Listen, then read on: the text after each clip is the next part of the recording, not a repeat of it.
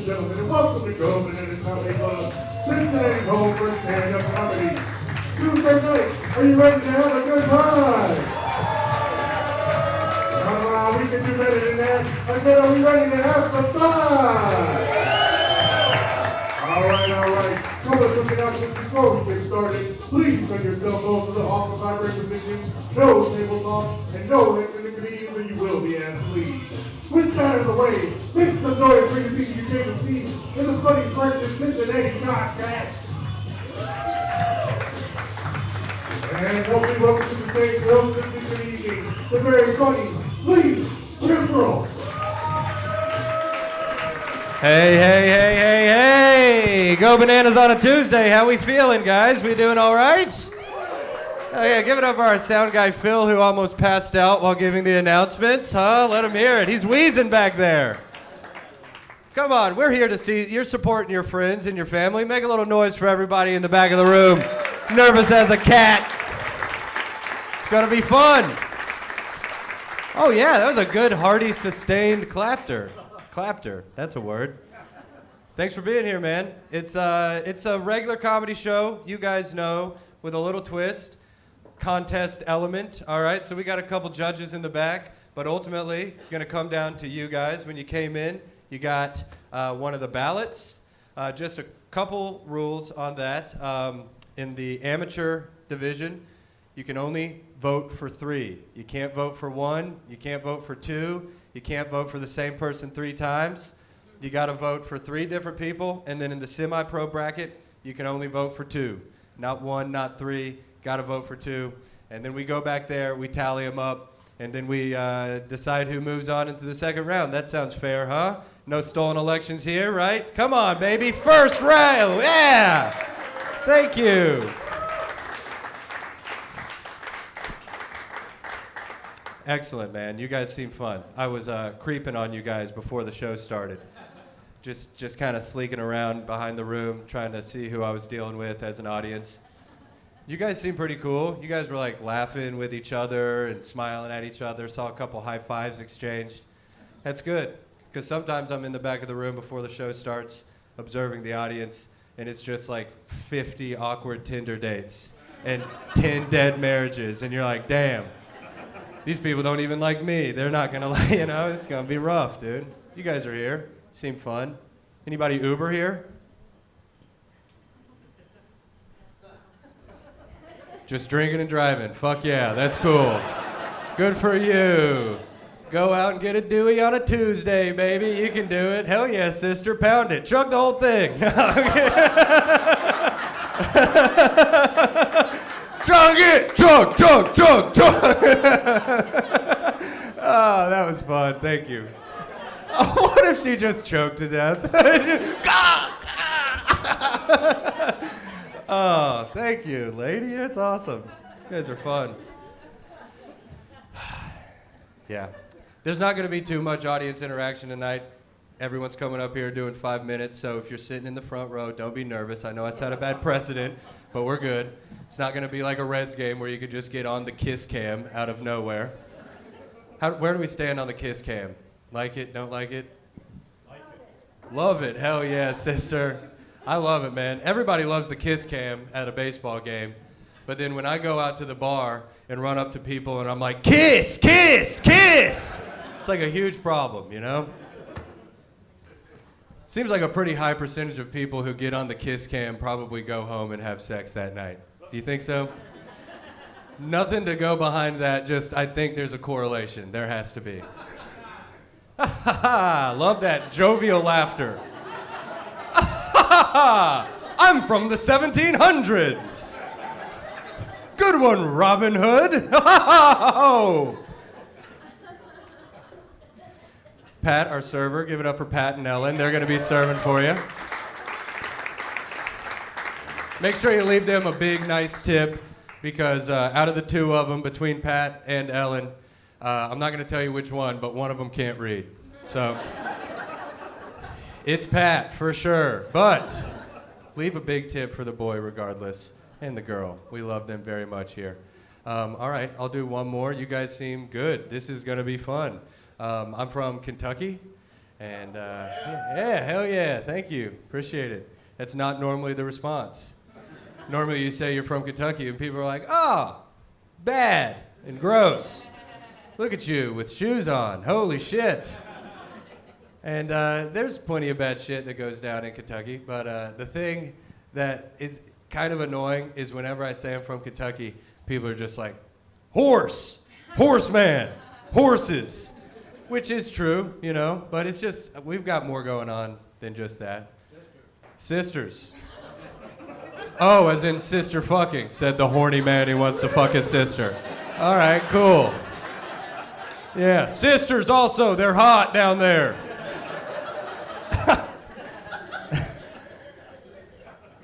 Nah, incest isn't that bad of a deal down there. I mean, we all got a hot cousin, you know, but everybody on the count of three, who's your hot cousin? 1, 2, 3, Shannon. Fuck! You all left me out to dry there. We could have done something. But yeah, sister fucking horses, all that stuff down there. Bourbon too, thank you. Mitch McConnell just started saying things. Limestone. I love horses, man. I'll claim horses. Horses are big and majestic and beautiful and wise. Just hug their leg, feel a little bit better. They're brave. They are. Horses can be police officers. Horses. Think about horse actors. Think about horse actors. Horse actors, they think it's, the horses from Game of Thrones thought it was real. Why wouldn't they? They just woke up a regular day as a horse. Just woke up in a barn, horse. Got some oats, got a sugar cube, just normal horse stuff. Loaded into a trailer, pulled by an F-350 on a paved road. Just normal, modern day horse stuff. And then they get dropped off in the middle of a field and just have to like fight for Middle Earth. They're just running all fast, just... Is that a fucking wizard on my back, dude? What is going on today? Horses are cool, man. My grandfather, we lost him last summer, and I moved back home to be close with him. He loved racehorses and dirty jokes in his family, and that's about it. And I was there with him towards the end, and he looked up at me and he goes, well, Leon, I believe that this old horse has run his last race. So we hung up a sheet and shot him in the head right there. Pow! Can't trot, get shot. You know the rules, Pop. You taught me that. He always was the glue that held the family together, you know? Oh, yeah. You guys are fun, man. Some of you didn't laugh, and it's early in the show for a killing your grandfather joke. I get that. But for a little context, I told that joke to my grandfather on his deathbed, and he laughed so hard, he died. So, you don't have an excuse. You guys are ready for a good comedy show, though. That's a fact, huh? You guys are ready? You guys are. I can tell. I see it in all your faces. This is going to be a fun one, man. We got comics coming in from all over the region, and they came here to perform in this contest. So let's show everybody some love. Lock it in. Please don't heckle. Please don't call out. Stay off your phones. And, wait until the end to do the voting. We'll get everybody back up here once all the comics have gone. And we're going to have a hell of a night. So thank you all for being here. Let's get this show on the road, huh? What do you say? Come on, baby. Make some noise for your first comedian of the evening, Thomas Gerson. Thank you, guys. Thank you. Lee was right about horses, and he was right about hot cousins, too. I have a hot cousin, and he's prettier than me, believe it or not.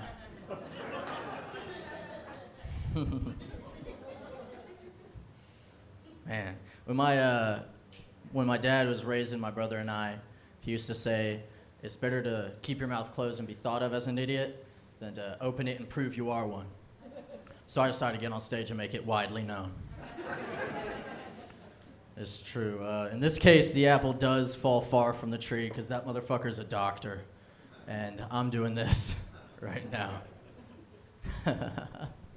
Usually when I tell people that my dad's a doctor, they always assume that I get free medical care. And that's not the case, because no one likes taking their work home, right? I get no medical care. My dad took my temperature once and read it before it measured. I fell out of a tree and had a massive cut down my chest. He sprayed me with isopropyl alcohol, wrapped me in gauze, and drove me to a dinner party.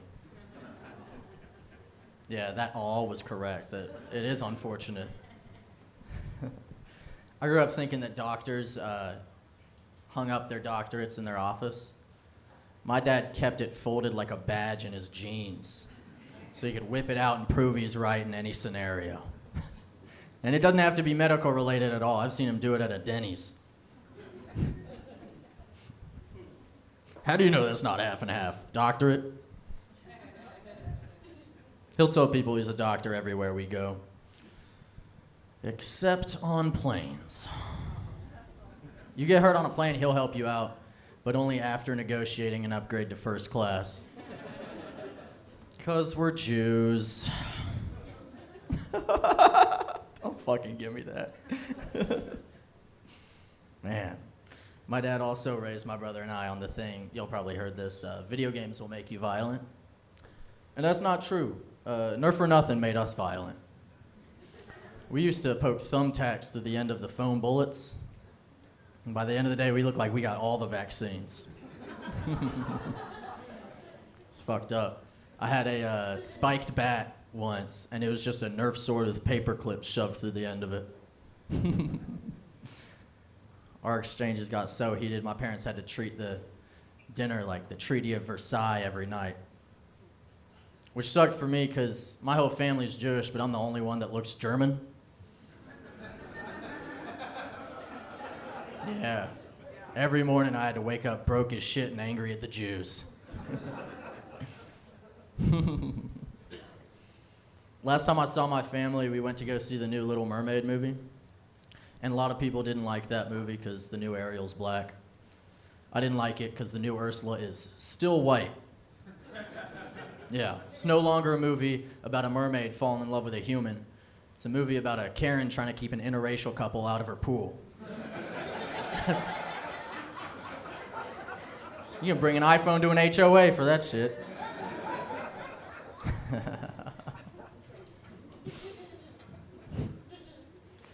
I recently got into a relationship, and we got bored very fast, which is probably my fault now that I'm thinking about it. So we went to a sex shop, and that was the first time I'd gone to a sex shop, and that's my worst fear, is going to a sex shop and seeing someone I know and having to pretend like I became blind since the last time I saw them. I learned a lot. Every toy that she picked out for me, I was like, ew, get to. Every toy I picked out for her, she was like, babe, I already have that one. She saw some things that she said we should get our friends, Kaylee and Abby. And she saw a penis-shaped ice cube tray. I was like, I don't think that's the kind of shape that Kaylee and Abby want in their fridge. And then she saw a toy. She was like, we should get this for them. And I don't feel comfortable gifting my friends a sex toy. It's like telling someone to go on vacation, right? You look like you need this. And I'm expecting pictures. I've been Thomas Gerson. Have a good night, y'all. Thomas Gerson, let him hear it, baby. Thomas Gerson. Let's keep this show moving right along. Keep it going for Zach Brumback. What's up, everybody? How is everybody doing? I'm excited to be here, man. Look at that. I'm wearing my nicest Steve Irwin cosplay outfit, dude. Fucking ready to be here, dude. I'm excited, man. I'm pretty awkward. I was a pretty awkward kid, man. I was chubby growing up. I was real weird. Like, I got this neighborhood nickname called Cheesecake Boy.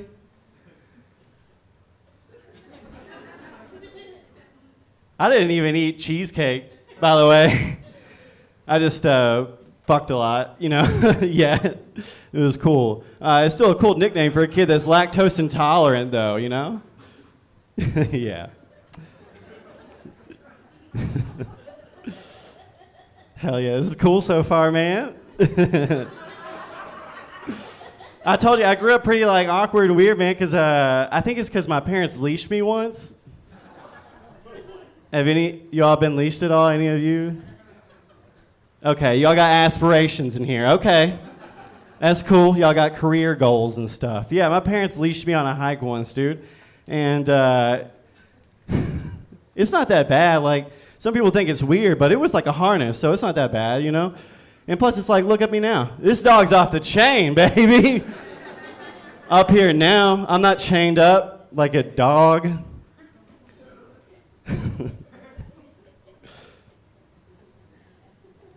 I thought I was named after a dead president. My dad told me as a kid, he was like, "You're named after Zachary Taylor, by the way," and I didn't know who that was.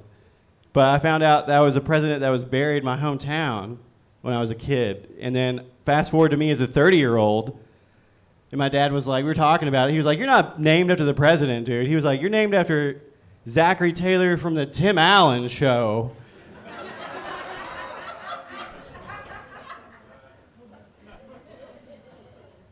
I was like, "Damn, dude, that's devastating," you know?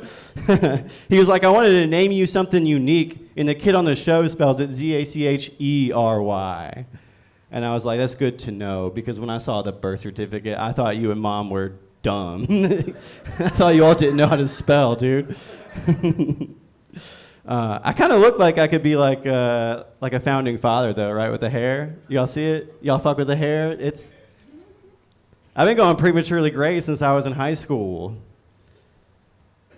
That's fucked up, dude. That sucks. You know what it's like to try and date girls your own age when your hair is like, "Yeah, I have a serious opinion about the economy, dude." You're not picking up dates.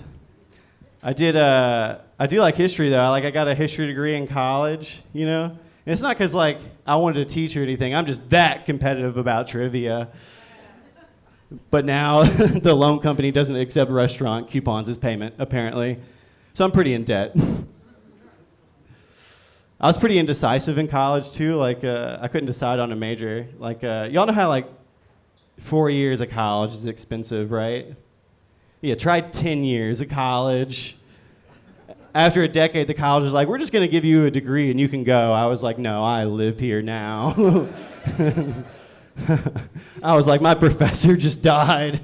I can't go now, dude. My friend's son has a scholarship. We're going to take a class together, dude. Yeah. I like my history program, but there are tons of professors. There was one specific professor I did not like because we used to rip each other in class, I think.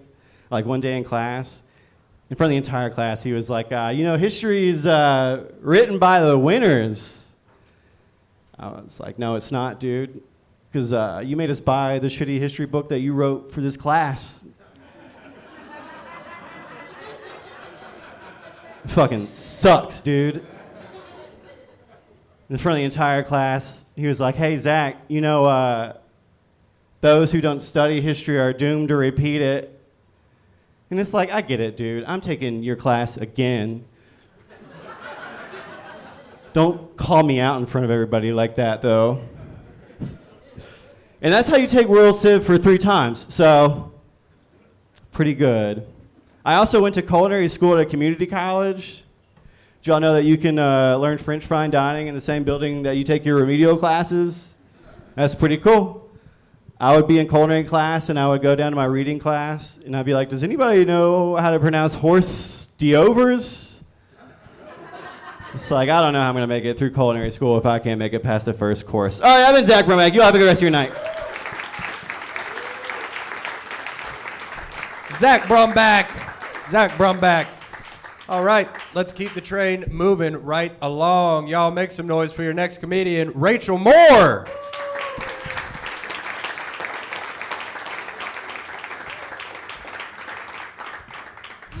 Hi guys, how's everyone doing? Woo, love the energy. I have a quick question before I get started. Do we have any Tonys in here? One? Oh man, this is gonna be awkward, I'm sorry. So the other weekend I got these really weird text messages from a Tony saying how he was gonna show up at my next show and how we hooked up and a bunch of weird things. And I was really confused because I was like, The last Tony that I was intimate with was Tony's Pizza. It was a little crusty. I put it in my mouth. 8 inches, you call that a small? I call that just right. So, sorry, Tony, your loss. Figured I'd humiliate you a little bit up here. No. Oh, God, are you one of those? So, yeah, I am single. Anybody else out here single? Awesome. Give it up for yourselves. All right, independent, right. I think one of my issues is that I don't really have a type.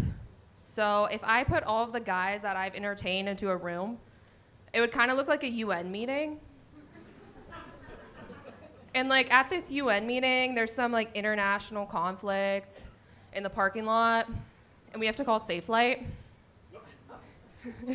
So I go outside and I just watch this man like all greasy underneath the hood of a car.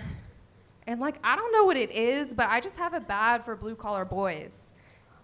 It's like, if he understands how a car works and what's going on underneath that hood, he's gonna know what's going on underneath my hood, all right? And that's just like where I stand with that. I mean, like, fuck OnStar roadside assistance. Just call him and get dick with it, okay? That's my advice for you. Some people have daddy issues. I think I have chatty issues. I grew up listening to too much Nickelback. So like Chad Kruger is just like in my brain, and I chase all of these aspiring pharmacists who like self-proclaim to be CEOs. And it's just so insane at this point where I'm over online dating. I'm so done. I feel like it's just a giant game of Jenga, and essentially I'm pulling out red flags instead of blocks. So you pull one out and you're like, DUI.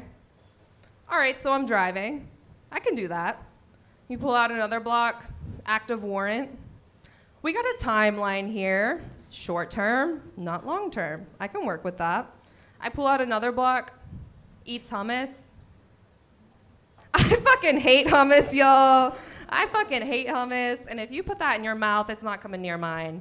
So what I'm saying is, if you have an active warrant or a DUI, hit me up after the show. Maybe I'll give you a second chance. But yeah, I think it's really crazy. I'm really addicted to TikTok. Anybody else out here? Yeah, so I was watching videos the other day and I got an ad for something called a pear ring. Has anybody heard of this? Yeah? Okay. So it's actually a green ring that you wear on your finger, and instead of a wedding ring or an engagement ring, it signifies that you're single. And so I was looking at this article. I got a text from my mom because she'll do this thing where she sends me mom articles about girls my age. Like I'm dumb enough to like get in a van with like Brian Laundrie or something like that, take off. But she sent me this article about this girl getting black ties on the back of her car. Anybody familiar? Maybe? So apparently that's what they're doing right now for human trafficking. So I looked about how long it would take for me to get a pear ring versus a bunch of black ties. So I bought a pear ring. It's a little bit easier than putting a bunch of black ties on my car. I could really use a vacation. It sounded tropical. And I don't know.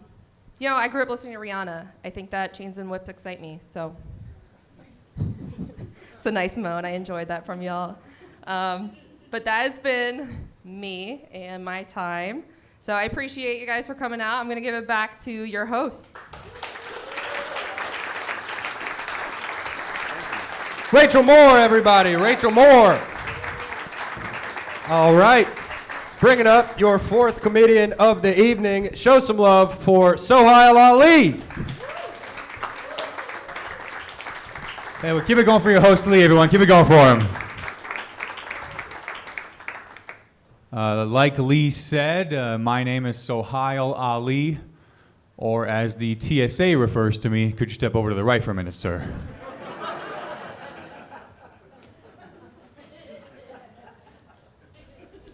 Just gonna ask you a few more questions, that's all. The TSA has a sign up now. They have a sign that says the TSA does not discriminate against anyone based on gender, ethnicity, race, or religion. Yeah. I'm like, that's cool, man, but it doesn't really help when it's your name. You know what I mean? Like I'm good in person, I'm bad on paper. It's real bad spelled out. I'm not rocking a turban, I'm rocking too many vowels for them. Yeah, that's right, my name is Sohail, or as I was called by every substitute teacher growing up, Sophia? To which I still answer to this day, actually. So, any Sophias here tonight? Just me, great.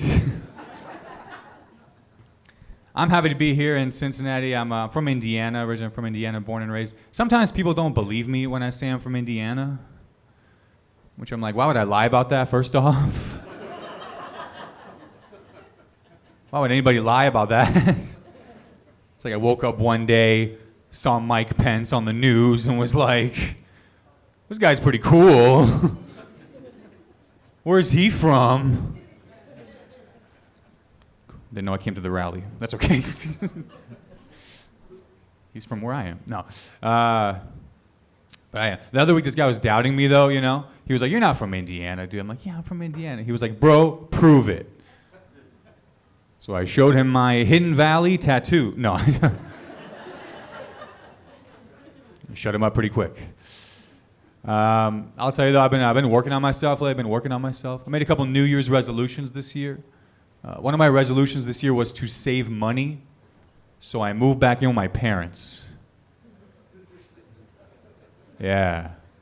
Which broke my other resolution, improving my mental health. So I'm 50-50 on the year there. I'm 50-50. I'll tell you, going back home at 24, it's like living in an escape room with a bed I used to pee in. I'm like, this is creepy but familiar, you know? I'm like, I got out of here once. I don't know if I can do it again. I really don't. Just unpacking my trauma one clue at a time, you know? But I'll tell you, my mom's been leaving like hints around the house that she wants me to move out. Like the other day, I came downstairs. She left her laptop open to apartments near us. So next time she came downstairs, I left it open to nursing homes near us. So I'm playing the long game. Show who's really in charge. I'll tell you guys. I'll tell you, my parents are from Afghanistan. And that's usually the reaction that gets right there. It's going to be all right. Let's lock the door. No, it's all right. I'm one of the good ones. Anyway, none of my family's here. Okay, so, but I'll tell you, my parents from Afghanistan, and that made it so I couldn't complain about anything growing up, you know? Like, I'd come home from soccer practice with a sprained ankle. My dad just comes up to me. Could have been worse. Could have been in a car bomb. I'm like, Dad, Jesus. I was like 8 years old. He's already gatekeeping trauma from me. It hasn't been easy. Like people always be like, oh, so your parents from Afghanistan and you grew up here. Like, was that hard for you as a kid? Like, would kids say mean things to you in school? I'm like, yeah, but it was nothing compared to my parents were saying to me at home. Like, the worst thing a kid would say to me in school would be like, go back to your country, terrorist. I was like, really? Clayton?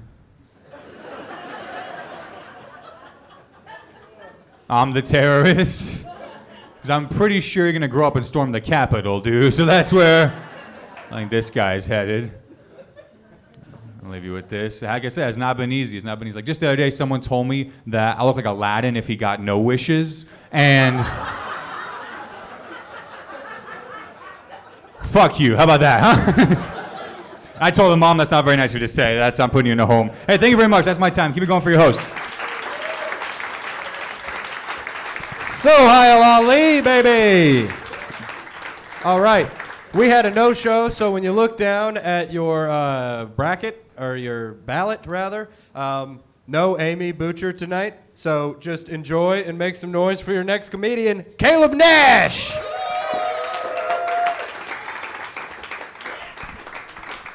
Go Bananas, we good? Yeah, I'm doing good too, man. I got a haircut the other day. I was feeling real good about myself all day, you know? And then I looked in the mirror and it reminded me of that time a girl told me I looked like a slightly more fuckable version of DJ Khaled. You know? I was like, you know what, I'm just gonna lean into it. So that's what I'm going for tonight, a slightly more fuckable version of the least fuckable rapper in the rap industry. You know what I mean? In fact, if you'll just go ahead and cross out Caleb Nash and write in Keto Khaled instead, that would be great. Honestly. What else is going on in my life, man? This happened in my neighborhood recently. They had a cat, a wild African cat they found in my neighborhood recently. It's called a serval, and they brought this cat in. They ran some tests on it, and this serval, wouldn't you know it, managed to be high on cocaine. Yeah, oh. And I feel like anybody who's done drugs in Cincinnati before saw that, and they were like, just cocaine? You know what I mean? No fentanyl, no baby powder, no laxatives. This sounds like fake news, you guys, right? I don't know if I believe this story very much. I don't know. It's like nobody saw that story and wondered how a sub-Saharan African cat wound up in Cincinnati on drugs. We all just wanted to know how it managed to get the only clean cocaine in Cincinnati. You know? Who's this cat talking to, man? What the hell? I don't know. What else is going on with me? This happened to me recently. I got a new technique. I learned this new technique that allows me to fit an entire large pizza in my body in one sitting. And I took this new technique to my local pizzeria. I'm dominating their pizza challenge. I'm literally on my last slice, and they stopped me. I believe their exact words were, "Sir, please stop shoving pizza up your ass. The police are on their way." So, yeah. I was robbed of a crown I'll never get back. It's kind of messed up. The king that never was. That's me, guys. Yeah. I'm actually not eating a lot of pizza right now, believe it or not. I'm off the sauce, you could say. Yeah, I'm not.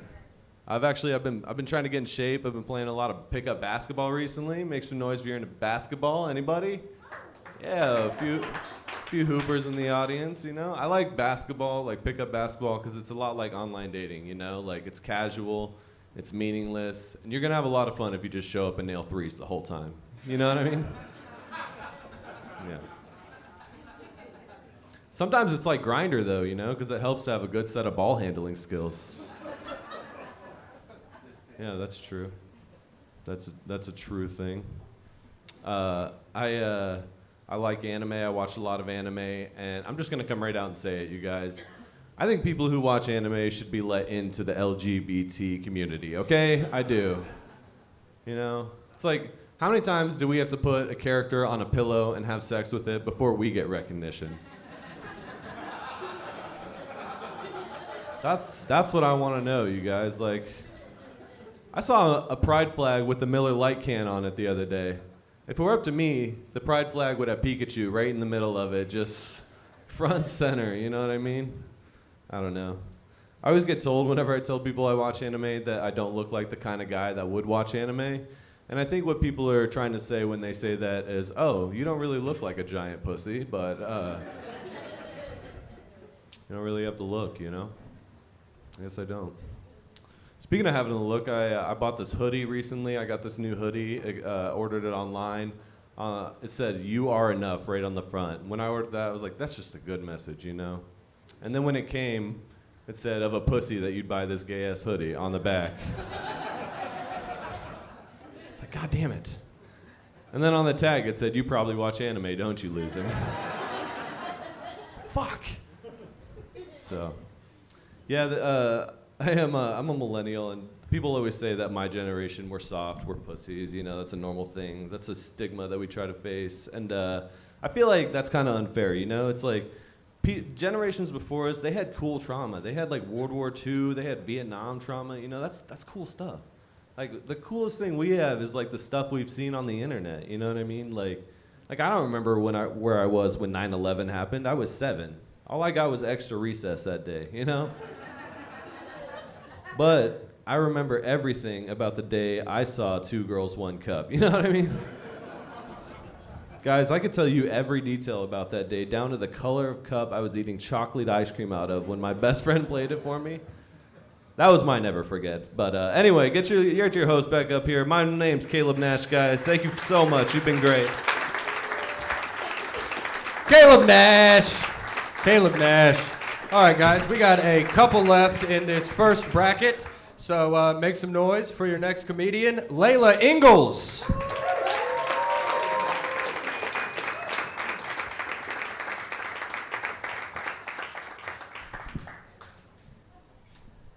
All right, hi guys. My name is Layla. I don't know how to spell lingerie, so I always just write down linguini instead. When I have my phone, autocorrect will fix it for me, but I gotta write the word lingerie with just my mind more often than you'd think. It's kind of embarrassing, but I have this like early American pioneer sexual fantasy. You know, when life was hard and way less efficient. And I really like to put myself in the time era, so I don't do a lot of sexting or whatever people my age do. When I'm feeling spicy, I like to grab a quill pen, put on a pioneer gown, go outside and find a local prairie or field somewhere and write a naughty letter. It's so hot. I mean, it's literally so hot. It'll be 90 degrees in July in a pioneer gown. Talk about swamp ass. Or maybe I should call it prairie ass. But I would even like it if a guy talked to me in that kind of old English where you barely know what he's saying, but you get the gist. Maybe if a guy said something like, I were running to thee when I learneth that the heart go before, always do lie open, thus I cometh. Babe. I'd be like, oh my God, I have no idea what you said, but I'm so wet. So I remember one day in particular, I was feeling real horned up. So there I was out in a prairie, sun beating down on my bonnet, as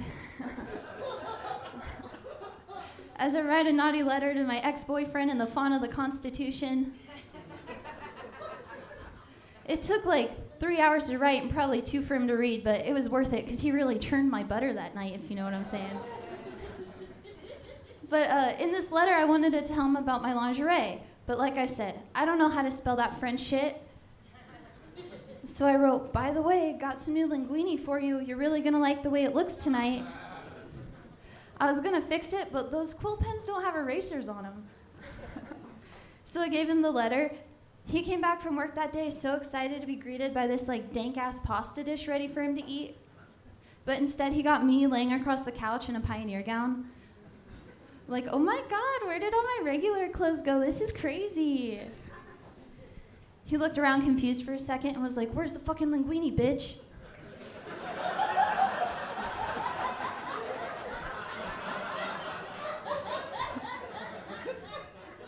And then I was like, no, don't beat me again.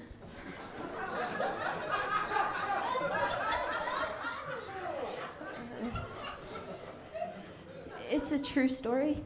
But I told him, tomatoes, tomatoes, lingerie, linguini, either way, they're both better with cream sauce on them, that's all I'm saying. Yeah, so it's good to be here. I've only been here one other time. You can really feel the potassium in the room. Go bananas? Okay.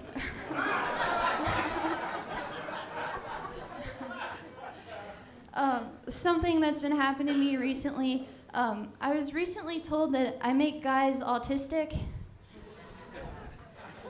Apparently they're intimidated of me and don't know if they should hit on me or not hit on me, so they get all weird and nervous. But I think if guys knew what was going on in my head, they would feel a lot more comfortable. Because I mean, I'm not autistic, but since autism is a spectrum, I'm definitely right there on the Verizon. I can be very awkward a lot of times. And an example of this is sometimes when I'm not wearing a bra and I notice a guy is looking at my boobily wooblies. My first instinct isn't, oh, what a creep, or ooh, he likes what he sees. No, I'm way too insecure for that. My first instinct is, fuck, he's looking at my tits. I bet he notices the right boobily is smaller than the left boobily. Maybe if I stand like I'm casually getting baptized, he won't notice.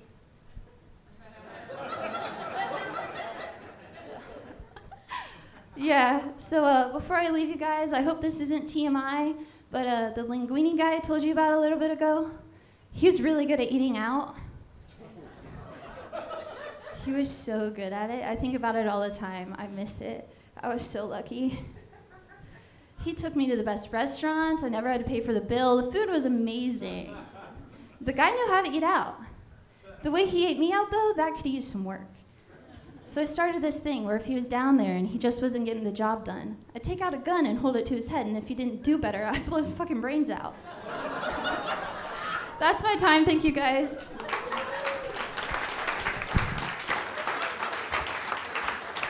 Layla Ingalls. Hell yeah, guys. We got 3 comics left in the amateur division, so make some noise for the first of the 3. It's John Lewis.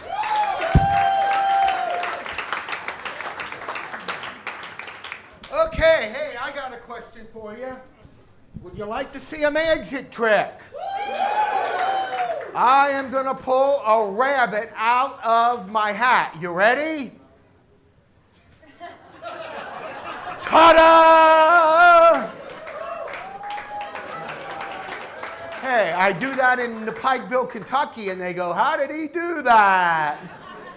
Well, let me introduce you to my rabbit friend. This is Snowball. Everyone say, hi, Snowball. Hi, Snowball. And Snowball is the world's coolest party animal.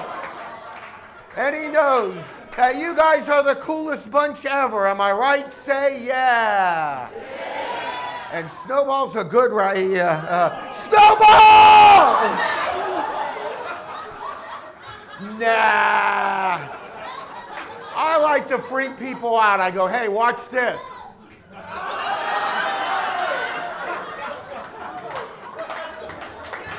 Well, we're going to put Snowball away and get on with the program. Here we go, get a Snowball!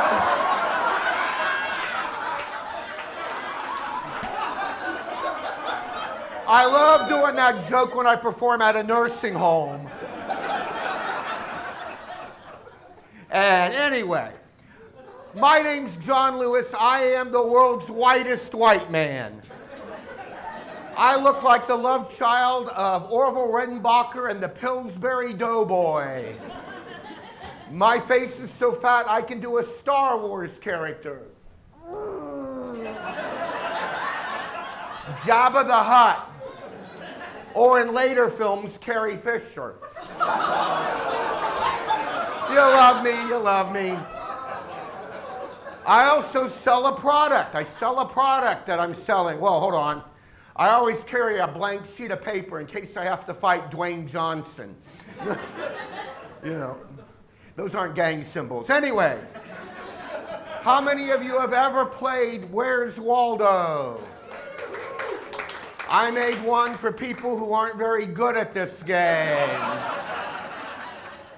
But I'm here to talk about dogs. Dogs breed reflect their personality. It's true.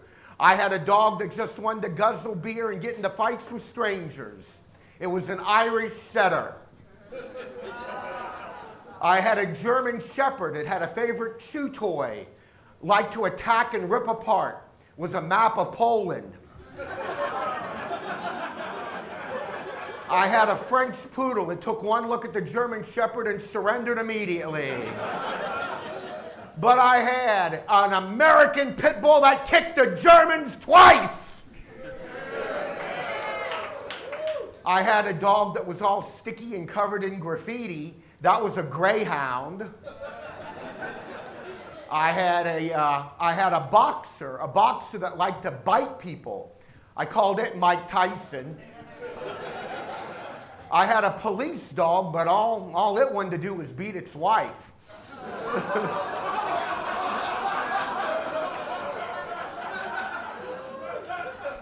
And finally, I had a guy try to eat my dog. He covered it with lox and cream cheese and tried to eat my dog.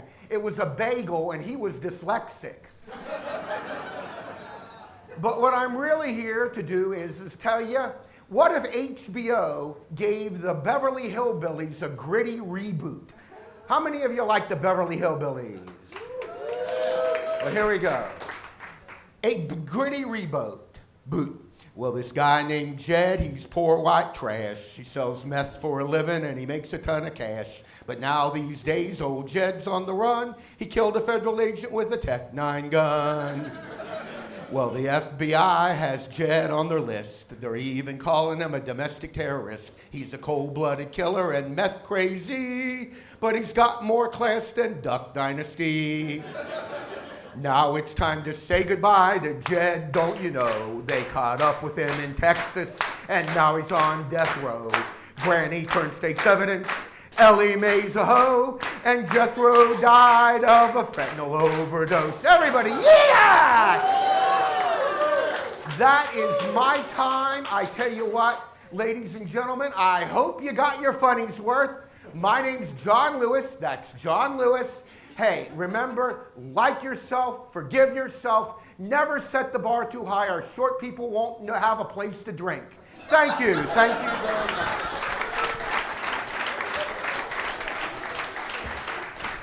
Give it up for John Lewis and Snowball.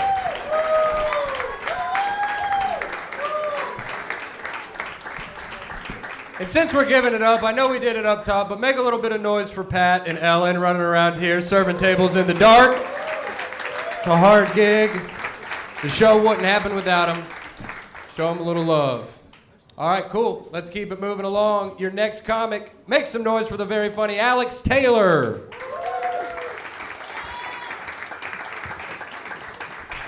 Hey. Hey, keep going for all the comics you've seen. It's been a lot of them so far, right?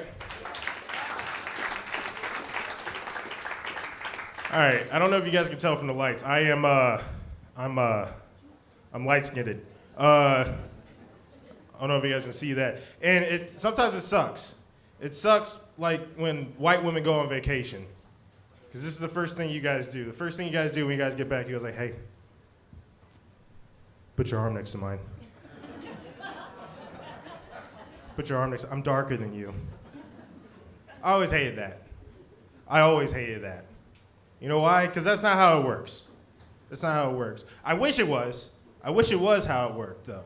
Like, I'd love to go to Sandusky and come back a white bitch. You know what I mean? I'd fuck up every single Starbucks inside of a Target on the way back home, too. Every single one of them.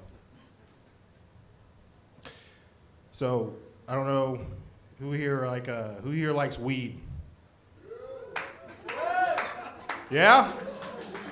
A little aerodynamic in here. You guys like it? I hate it. I hate weed. You hate too? Who said it? You hate it? Me too. Why? And my son loves it. He loves it? Hell yeah. That's Lee's cousin. I hate it. It makes me paranoid. Does it make you paranoid?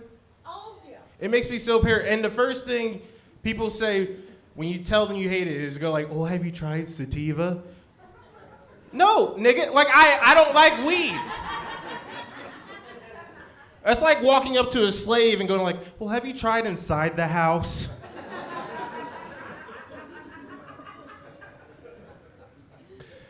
The last time I smoked weed, I was smoking with this girl, and usually what I do is just like I take a little puff and blow it out. But every time I take a hit, she would go like, yes, and then like she would stand like that and like twerk a little bit.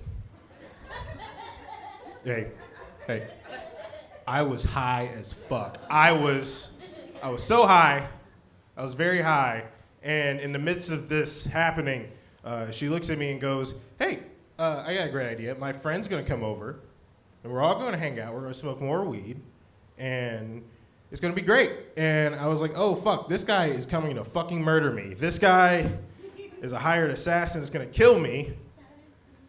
Right? It is her. And it wasn't her. But this guy shows up, and he was actually a very sweet guy. He was really nice. Turns out, aspiring rapper. He was an aspiring rapper and proceeds to show me all of his raps. And at that point, I was like, please just fucking kill me. Just get it over with. It wasn't my only job I've worked. I worked in, you guys know what loss prevention is? You guys don't know what loss prevention is me protecting a multi-billion-dollar store from 12-year-olds with shitty moms. That's what it is. Yep, that's it. I guarded Calvin Klein underwear with my life, and I'd do it again. It was a really weird job. It was really weird because it was just me and this white guy. We would just sit in this office for 8 hours a day, and we just sit in the back of this store. There's 8-hour days, just me and this guy, this dark ass closet, and we couldn't even kiss. And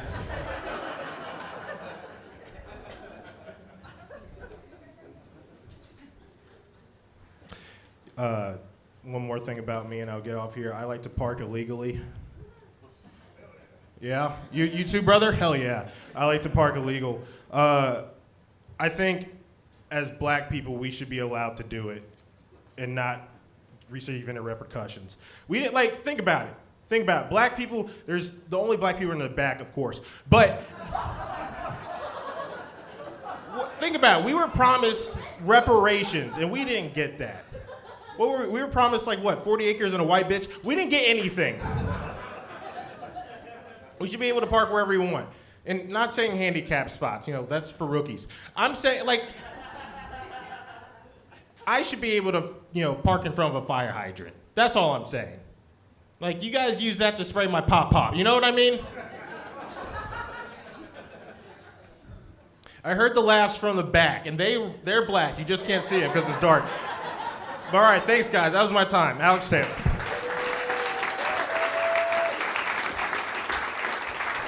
Alex Taylor. Alex Taylor. All right, 2 left in the amateur. Y'all make some noise, show some love for David Stewart.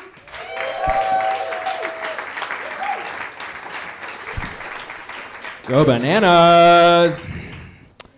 Well, guys, I'm excited to be here. Who believes that? Anyone? Yeah, it's something I struggle with, man. I struggle with feeling genuine feelings of joy and expressing those feelings also hard. Someone recently gave me feedback that, David, you sound sarcastic all the time. And it was a weird time to get this feedback because I had just told someone, good job, I'm grateful to see you here. And goddamn, gang, I don't know. I feel like I'm Ricky Bobby. I don't know what to do with my hands, but it's I don't know what to do with my voice. I don't know, man. Having a great time. Can you feel it, gang? Can you feel it? No, something else you should know about me is over the past 5 years or so, I've lost 140 pounds. Thank you so much for these claps. I have an unspoken competition with the sober comics of who can get the biggest claps for their life achievement. And I think I won tonight, gang. So hell yeah, take that, nerds. I'm getting a beer after this. Yeah. I know. It get a little dark there at the end, but that's something else that I kind of learned after the weight loss, man. It turns out morbid and obese are not mutually exclusive. Turns out you can lose the obese part and kind of hang on to the morbid part. For example, my favorite joke I've written recently is I'm going to start the Take-A-Wish Foundation. It's where you go find out what their wish is and just go do it without them, and you tell them how fun it was after. You're like, shit, John Cena was so cool, man. He was awesome, man. He ruffled my hair. It was rad. I didn't mean to mention the hair, man. That sucks. You got the cancer and everything. Oh, man. Bummer. Oh, man. No, losing that weight is weird, man. I get a lot of I have a lot of strange side effects. Good and bad. Good side effect, I have a neck now. Great side effect. Didn't have one of those for many years, guys. Bad side effect, neck does this now. Yeah, it's a little stretchy. We got a little extra skin there. It kind of, I don't know, man. It's hard when I when my birthday suit doesn't exist anymore. I just got the squirrel suit. That's no good. I'm good for a good skydive these days. I'm in. I got my secondary chute already, man. Just let me up there. Just let me up. No, I think what took the biggest hit after the weight loss, though, was my charisma, believe it or not. I used to be much better with the ladies, like pre-weight loss. I'd be like, hey, girl, you want to come home? I'm like a sexy beanbag chair. Like, you want to come home and take a ride? It'll be great.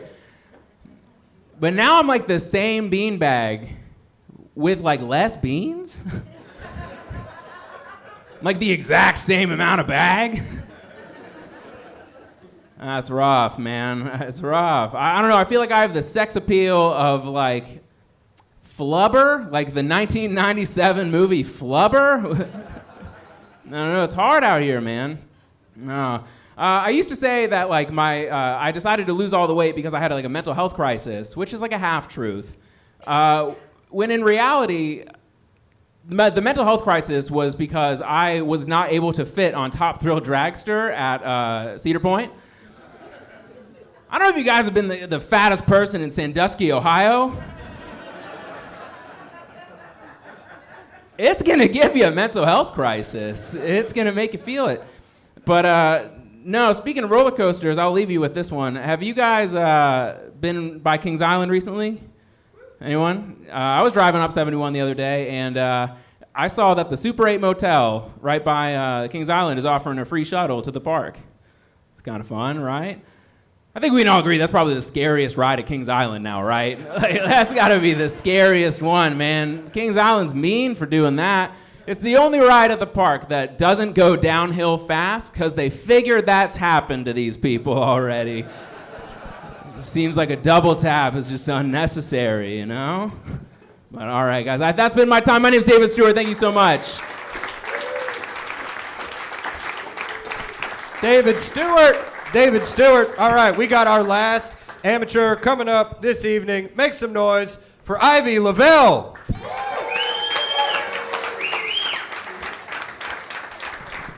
Wow, thanks, guys. Wow. A man at a flea market once asked me for my number, and I obliged. And about 4 hours later, I got a text that said, "I will be your spiritual warrior. I will protect you. I love you." And then I never gave my number out again because we got engaged.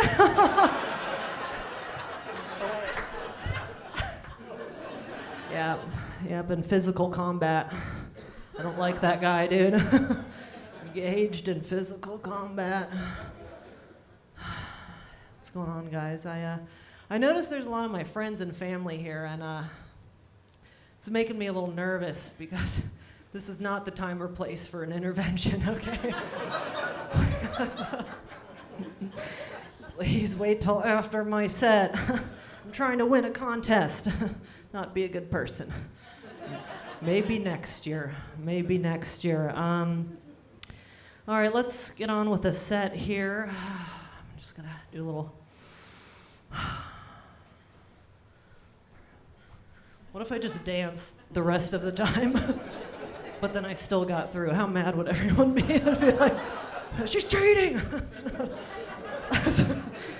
I wouldn't do that, you guys. I'm a Virgo, can you tell? Can you tell what's y'all's zodiac signs? Because mine's actually a stop sign. Don't tell me. I don't want to know. I don't want to know. I'm kidding. You can tell me after the show during my intervention in the back alley. You're all invited. Come on.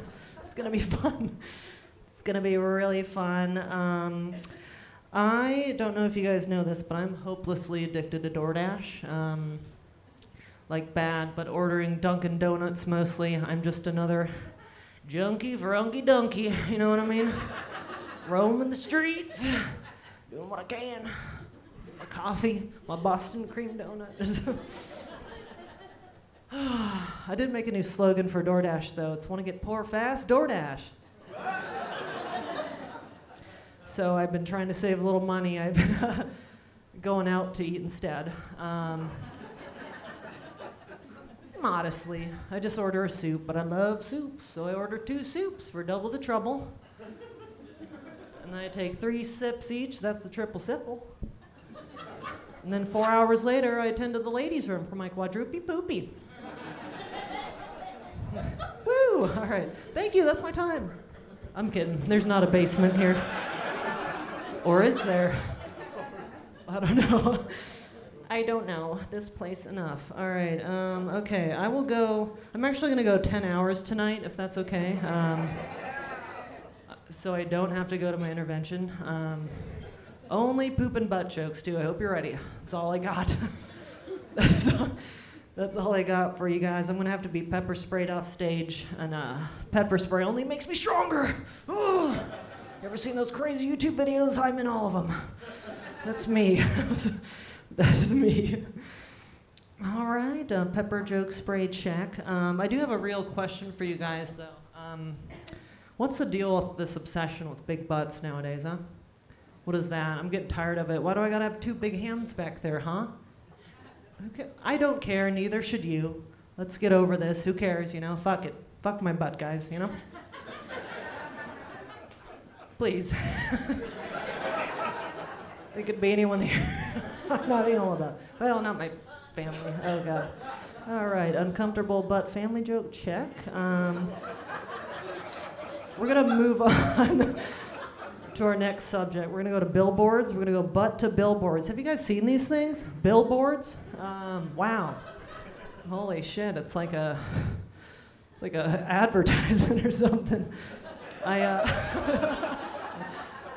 I passed one on the way down here, and it said, if you're texting, who's driving? And I was like, if I'm reading your goddamn sign, who's driving? You know what I mean? Jesus, just don't put the sign up. I do got to get off the stage soon, though. Very soon. I got to be honest with you guys. I had 2 soups 5 hours ago. You know what I mean? I'm on borrowed time, and if I'm up here shitting, who's talking? You know what I mean?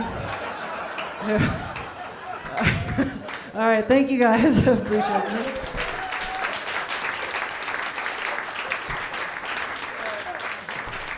Ivy Lavelle.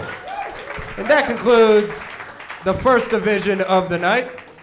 Good job to them, and good luck to your next bracket of comedians. Let's go ahead and get it rolling with your first semi-pro. It is Jake Hovis.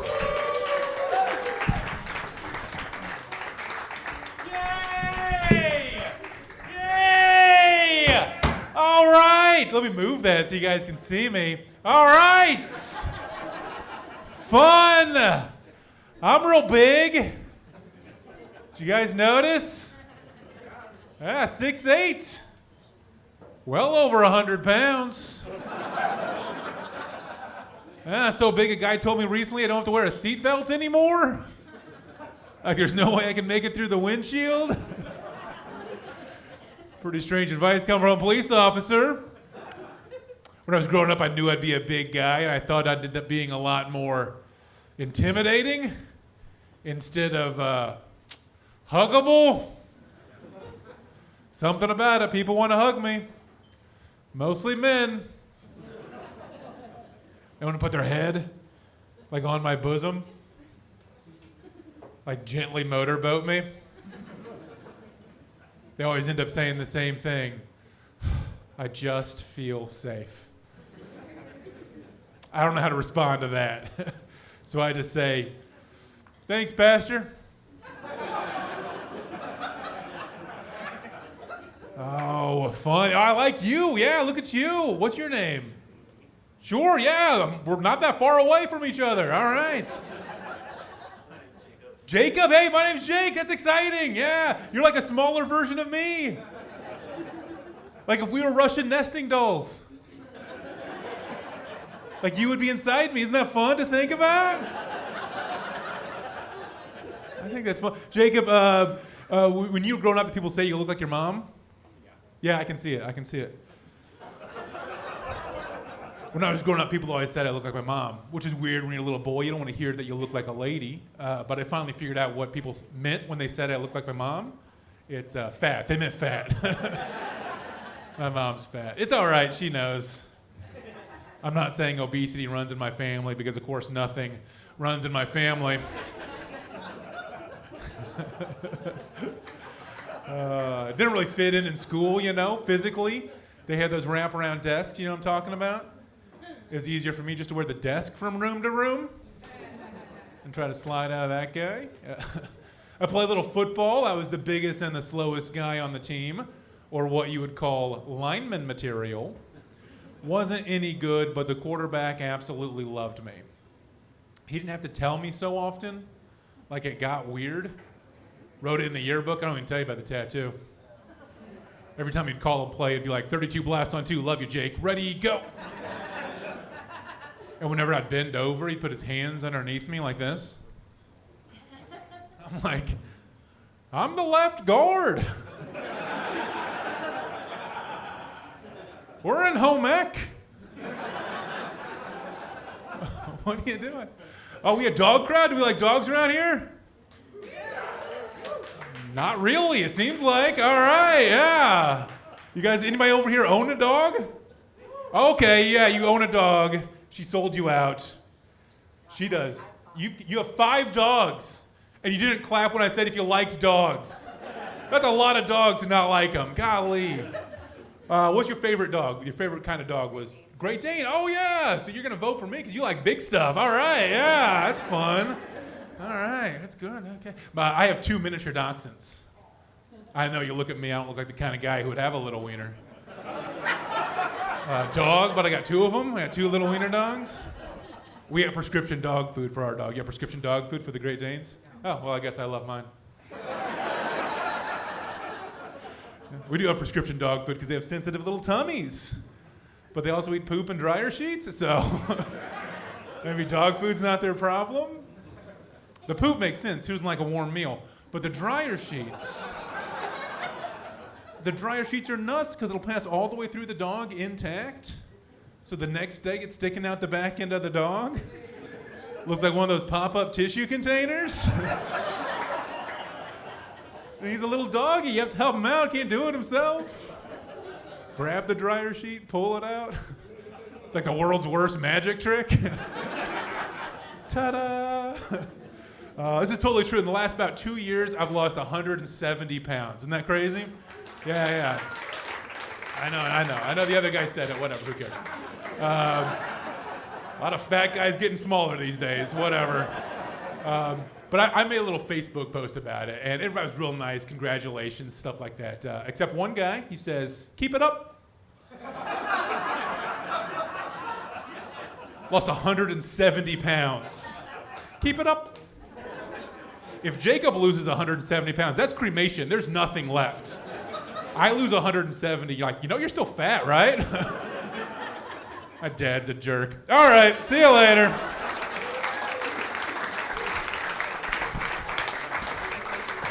Jake Hovis, everybody. Jake Hovis. All right, keeping the train moving along. We got ourselves a couple more comics left, and your first one coming up is Chris Izzy.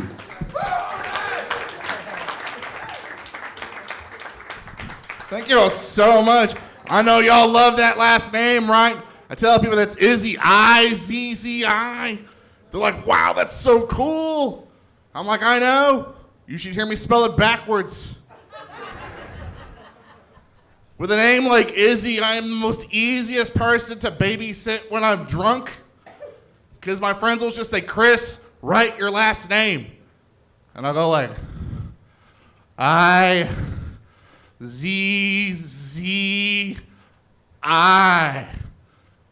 Oh shit, I'm back where I started.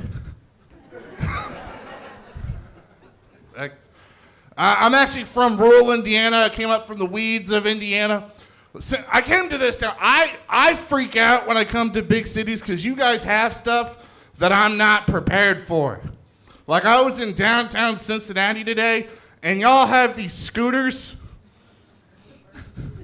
that people ride around on, and then you just abandon them on the side of the road.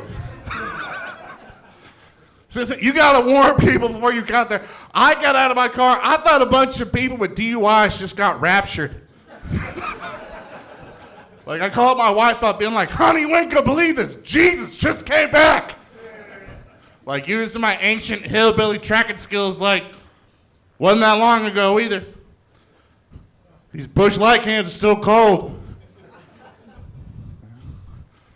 I'll admit it though, Ohio, y'all are the better drivers. People from Indiana are terrible drivers because to get your driver's license in the state of Indiana, all you have to write on your test is Jesus take the wheel. Which is terrible driving advice, by the way. I don't know if some of y'all have ever heard that song. It's about a single mom driving late at night with her baby in the back seat, icy roads. She slides on the ice, throws her hands off the wheel. She just goes, Jesus, take the wheel. I start screaming, no, take two. Like, I freak out hearing that song. Like, I feel like every time I hear this song, Jesus, take the wheel, I feel like it's my responsibility to write a parody song called Satan Hit the E-Brake. I'm a pretty clean comedian. Although I think a lot of times when people hear clean comedy, they think boring, right? They think clean comedy, they think boring. And that's not true. You can be edgy and dark and still clean at the same time. Like, I could never work at a funeral home because I'd be too tempted to wear a t-shirt that says last responder.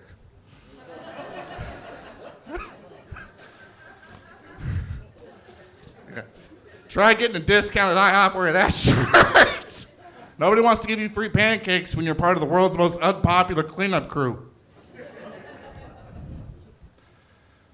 I recently discovered that there's something called scoliosis camp. Yeah, for kids. Where kids go and learn how to live life with scoliosis. And I can't help wondering if they get graded on a curve.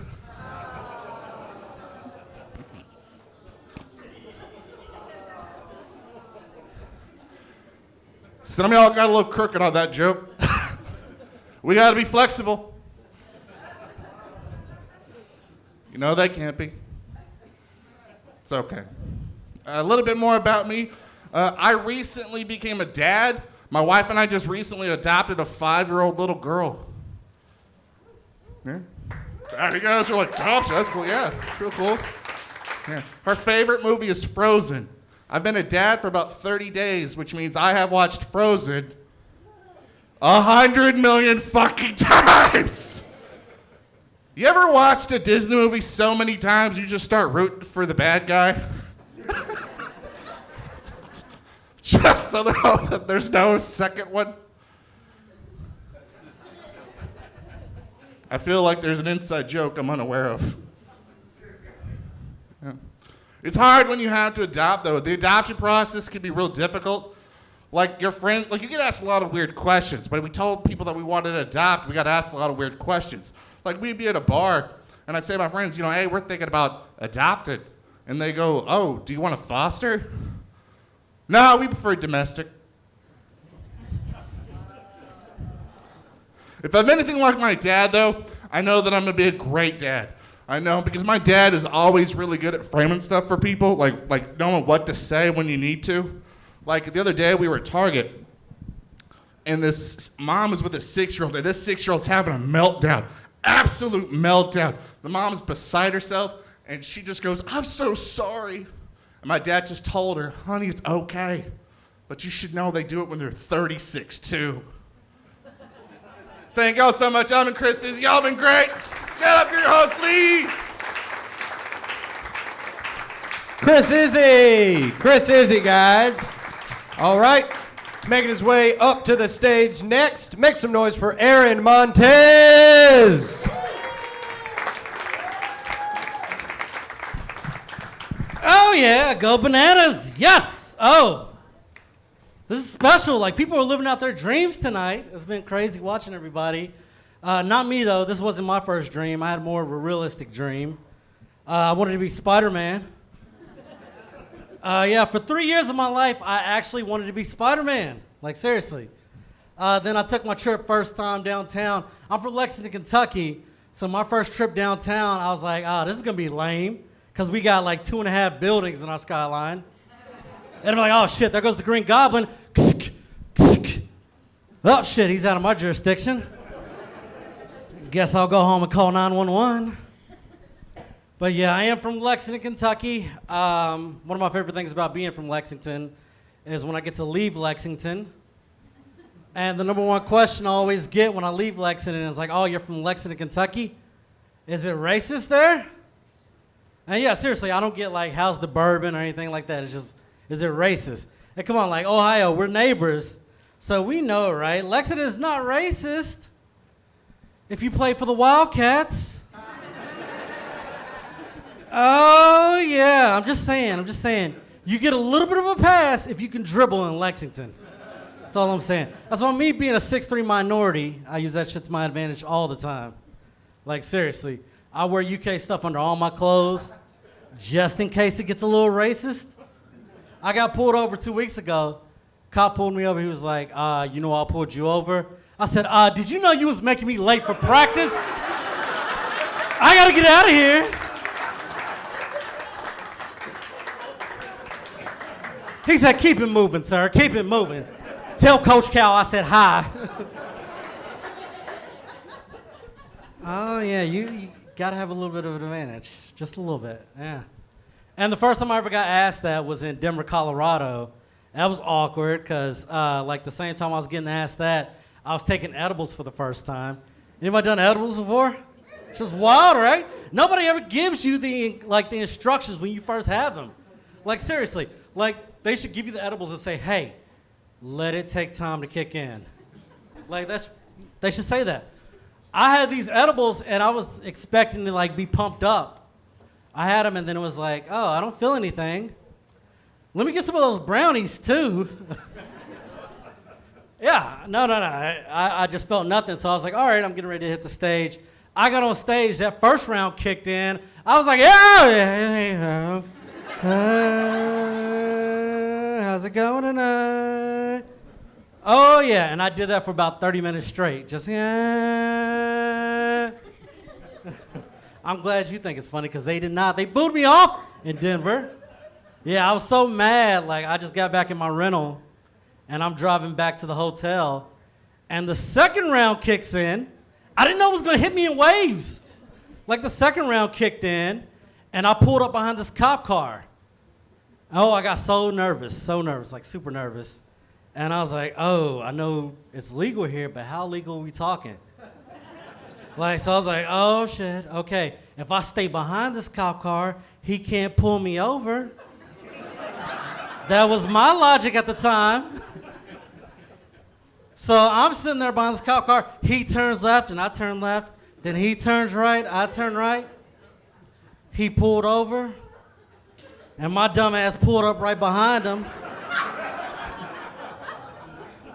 And he gets out of the car and he walks back to me. I'm sitting there like nervous. I'm trying to get sober. I'm wiping my face. Because this is like, yeah, if you've been high before, you know this is how you like, yeah. Yeah, that's how you get sober right there. He comes up to me. I roll my window down. I was like, do you know I pulled you over, sir? Yeah, he didn't like that a lot. He didn't like it, not even a little bit. Not even a little bit. Man. I'm disappointed with the world right now. I thought we'd hit that zombie apocalypse by now. Yeah.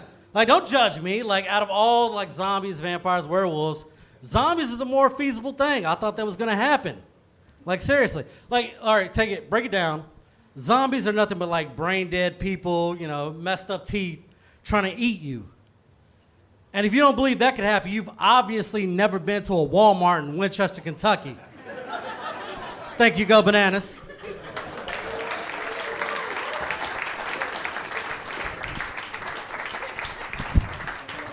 Aaron Montez, baby, Aaron Montez. All right, keeping it moving right along. Coming to the stage next, very funny, Walter Joseph.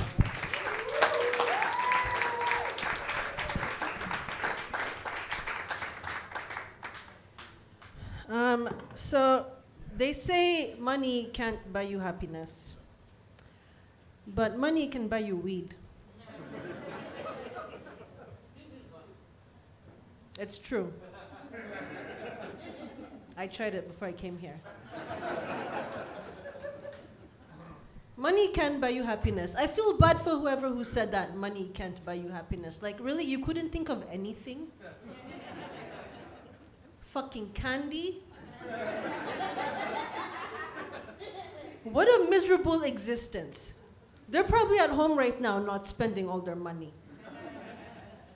I'm getting annoyed just thinking about this imaginary person.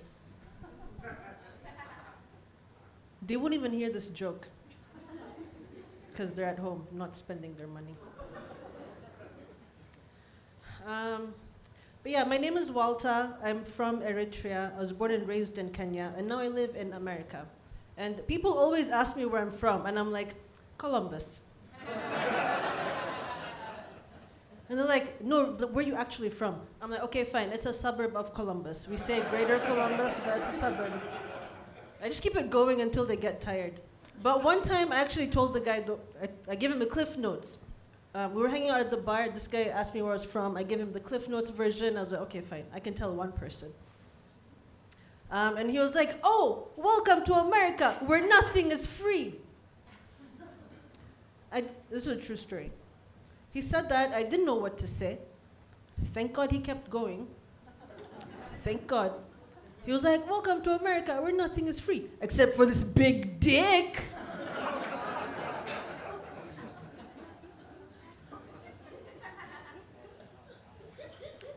You talking to me? Like, what do you say to that?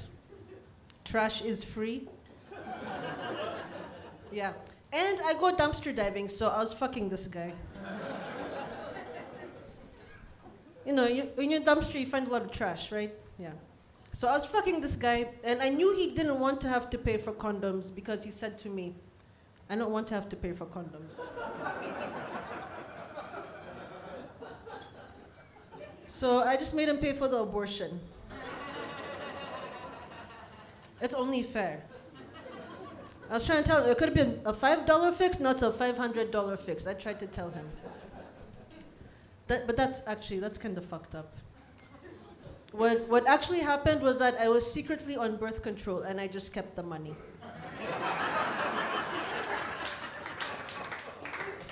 Call that the asshole tax. Buy a condom next time. Anyway, a little bit about me. So I've been black for the past 10 years.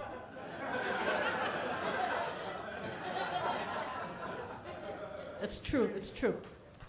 In Kenya and Eritrea, we never use the words black and white to describe each other because we're all different shades of black and white. Like, I honestly didn't know I was black until I moved to America.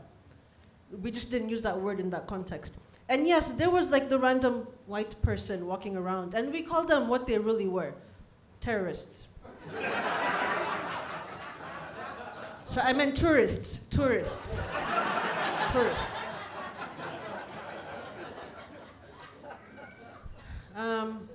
But so, yeah, I've been black for the past 10 years. I've been in America for the past 10 years. I've gained some insight into American culture. I've learned a few things. The most exciting thing that I learned is that for every black person that can swim, there is a white person that can dance. That fucking blew my mind. I was like, we are all selling ourselves short. Dance party after this. I found out there's a place called Angola in Louisiana, and I thought that was really cool. I thought it was a place for African immigrants to come together and seek some kind of community under shared culture. Then I found out it was a prison. So I guess it is a place for African immigrants to come together and share some community. That's a fact I lifted from the internet. It's not even a joke. It's a standalone fact. And then I learned that the national animal of this country is the bald eagle, and it's illegal to kill the bald eagle because it's the national animal. I feel like they should make black people the national animal. Already treat them like animals, just put the word national in front of it. Now you have guaranteed immunity. Die from natural causes only. Guys, I want to leave you guys on a high note. We've gone all over the place, so I want to leave you guys on a high note. Thank you.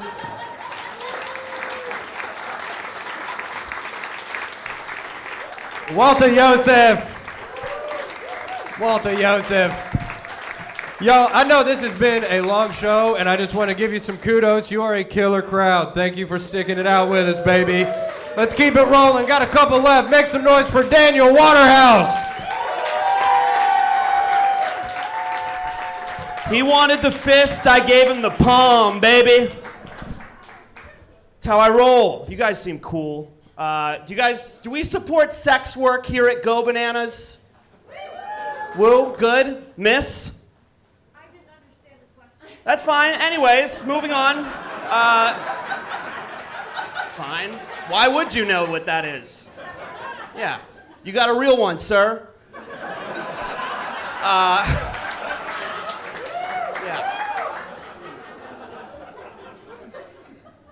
Anyways, sex work. I support sex work. I don't understand people who don't support sex workers. Like, especially the kind of people who say things like, oh, you're selling your body. Sorry, yours isn't marketable, all right?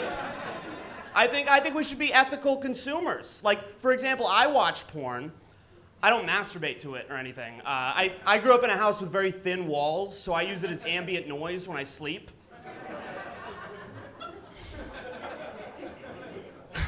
But yeah, I just think we should support sex workers. And by the way, I mean all sex workers. Porn stars, prostitutes, pimps, gimps, goblins, ghouls, the babysitter that lives a lot closer than you think. These people, these are essential workers. And you're probably wondering, why is this guy so passionate about such a cause? And you know what the truth is? The truth is my girlfriend is a sex worker. And I truthfully have no problem with her choice of profession. And sure, at times, dating her can be really expensive. But gosh dang it, Peaches and I are in love. And I will support her in her all right, take two. Entrepreneurial endeavors, no matter what. Nailed it. I think I'm doing pretty well. You guys like impressions? Nice. All right, this first impression, this is hey, I got it. Killing it. This first impression, this is Brendan Fraser. You guys ready? All right.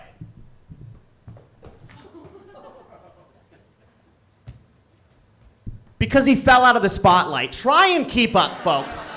Can you try and keep up? This next impression, this is Aziz Ansari in Deep Grieving. Whoa, damn!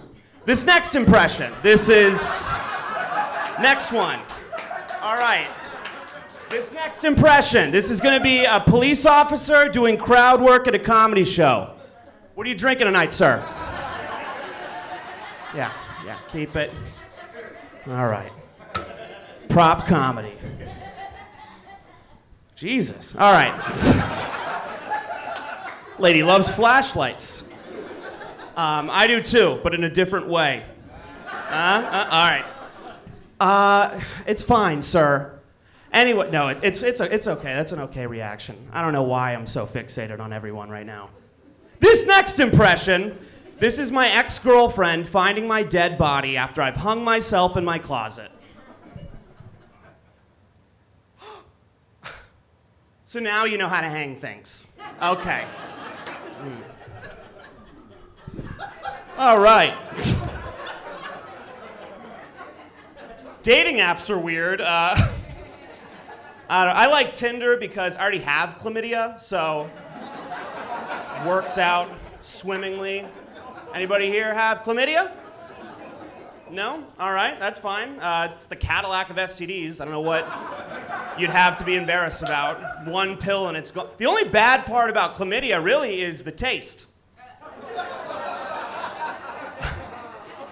I will say I do have a pickup line that I've been using on Tinder lately, and I just want to share it with you because it's so good. It does require a little bit of back work. What you're going to do is go to your match's profile and screenshot all of their photos and make those photos your photos. Then change your bio to their bio, word for word, and your name to their name. Then you're going to shoot this lucky individual a message, and you're going to say, hey, wait a minute, which one of us is the real me?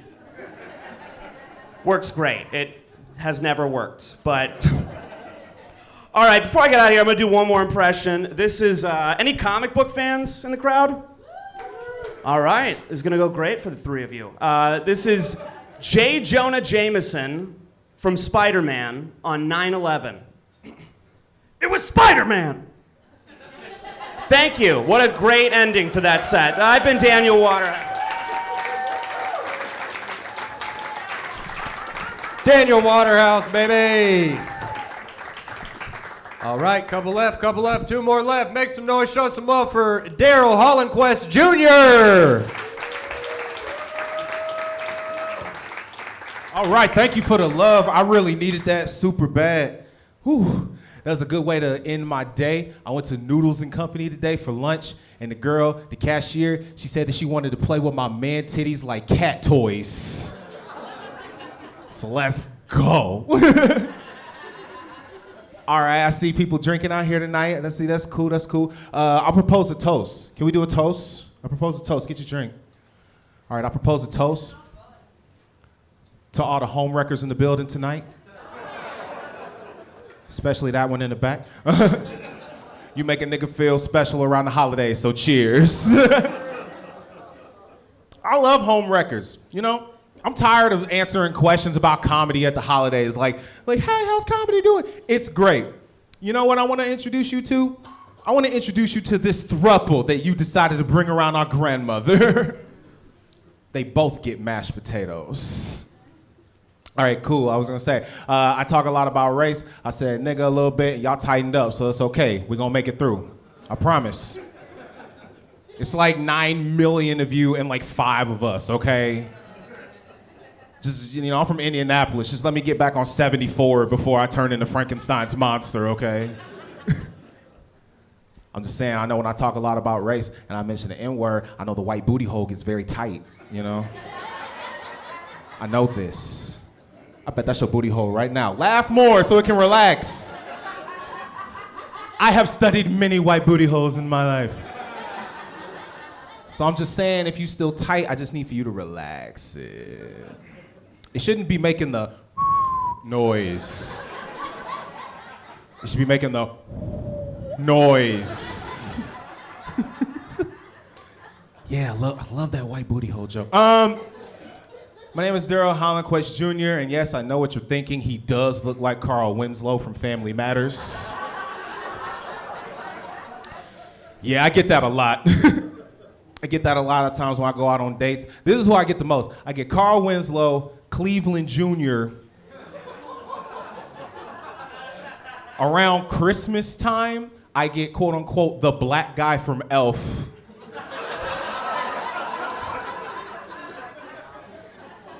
And during Pride, I get Lizzo. I'm cool with that though, you know what I mean? Lizzo's cute. Sometimes when I go out on dates, girls, they give me fat guy compliments. You know? Like, yeah, you're cute in the face. Like, that is a compliment. I like your heart-shaped sunglasses. You're welcome. That's a compliment. I like your hairstyle. Yeah, you, don't act shy. I bet that was the first one. I bet that's the first compliment you got today. How dare you? You still gotta get that thing wet even at 60, bro, come on. That's a compliment. Not cute in the face. Like, yeah, the top part, that's cute, but the part that drove us to Frisch's big boy is trash. Hate it. What else can I tell you about me? My mom knows that I'm fucking now, and I don't like it. I wanted her one day to take care of her grandkids and think that I was a virgin on her deathbed, you know? And I'm upset. Like one time I asked her for an allergy pill, she gave me this tiny ass allergy pill. And y'all see me, I've weighed like an adult since I was 8 years old. So I've been taking adult medicine since I was 8 years old. She handed me this tiny ass allergy pill. I said, do I need 2 of these? She said, nah, you gonna be good with just 1. And I was like, are you sure? Because I learned that the more that you weigh over 130 pounds, the less effective the Plan B pill is. Stay woke, Ohio. So what's up with an allergy pill? And she goes, I I didn't know that. I don't know how you know that. I said, this is your fault, Mom. All I wanted was another allergy pill. But tonight, you learned that your son is busting in fat girls raw. Yes. I'm gonna get out of here on one more. Is anyone else's grandmother an alcoholic, but she doesn't want to admit it? Yeah, that's my people. I took her to the hospital one time, and this is a woman that I know. She has 2 bottles of Chi-Chi's mudslides underneath her bed. The nurse asked her, can I take your order of questions? Do you drink alcohol? She said, nah, I don't drink. I said, why'd you lie to that lady? She said, she need to mind her business. All right, that's my time. I've been Daryl Hollandquist Jr. You guys have a great night. Daryl Hollandquist Jr., baby. All right, we got one comic left in the competition. Then we'll get everybody back up here on the show. You can see their face, cast your votes, make some noise. In from out of town, it's Greg Winston.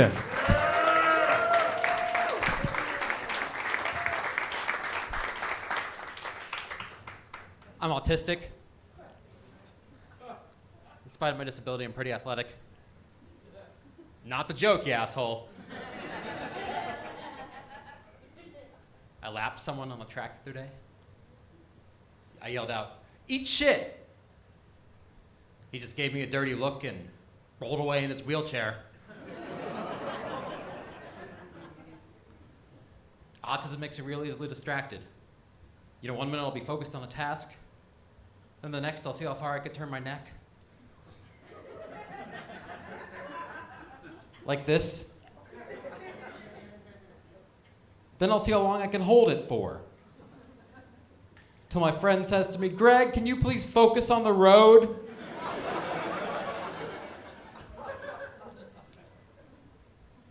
For me, autism comes with this weird guilt thing. A lot of times I feel guilty about things that are trivial. Like last week. Felt guilty because I accidentally killed an ant. Poor Aunt Ruth.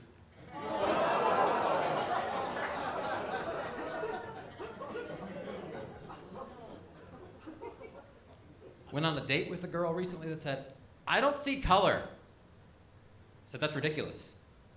Everybody sees color. Explain yourself."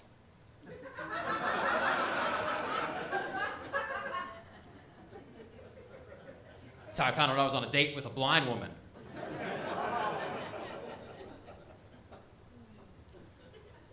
I'm bad at sex. One time I was having sex with a girl, she said, "Hey, you know, that's the wrong hole." I apologized.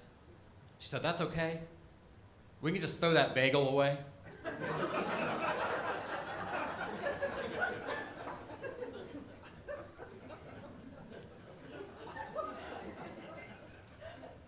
That day, we redefined the meaning of an everything bagel.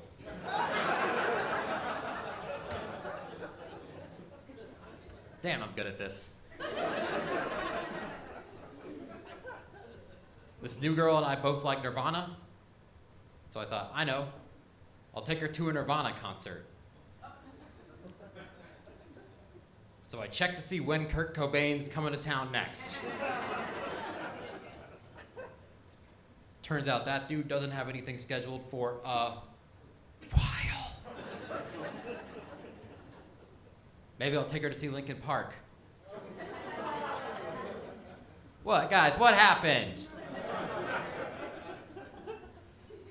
I'm vaccinated. You know, I figure, what's it gonna do that hasn't already been done?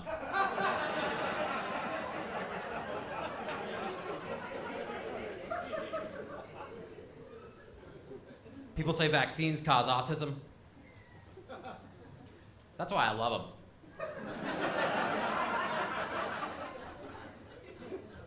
Let's level out the playing field.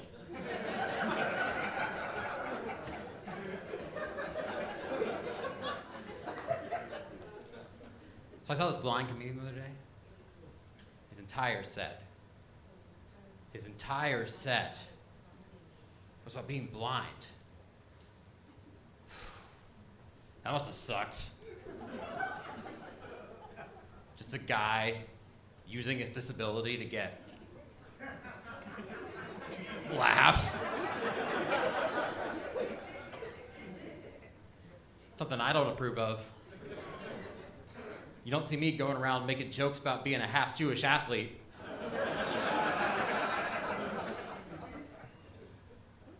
I'm pro-choice. One guy came up to me and said, well, hey, you like sports, you know. What if Joe Burrow was aborted? What if LeBron James was aborted? And that didn't really change my mind. In fact, it made me think if there were more abortions, maybe I would have made the JV basketball team. Thanks, guys. That's my time.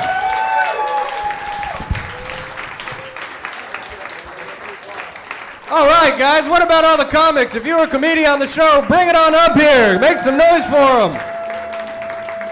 All right, make your way on up here. Make haste. Okay. What a show, huh? That was fun. All right, so I know some of you guys have your votes already casted, but who knows? Maybe you forgot a face. Now you get a face with a name. Comics, when I say your name, wave, walk to the back of the room. All right, let's do it, guys. Make some noise for everybody you've seen. Thomas Gerson, Zach Brumback, oh, Rachel Moore, yeah, Sohail Ali, Caleb Nash, Layla Ingalls, John Lewis, Alex Taylor, David Stewart, and Ivy Lavelle. First bracket. Second bracket, we had Jake Hovis, Chris Izzy, Aaron Montez, Walter Yosef, Daniel Waterhouse, Daryl Hollandquist Jr., and Greg Winston.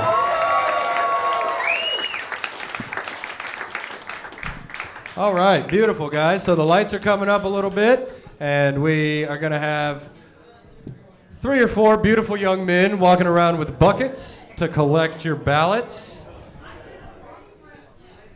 So once you got your ballot done, just hold it up in the air high, hold it with pride, and then somebody will come and get it.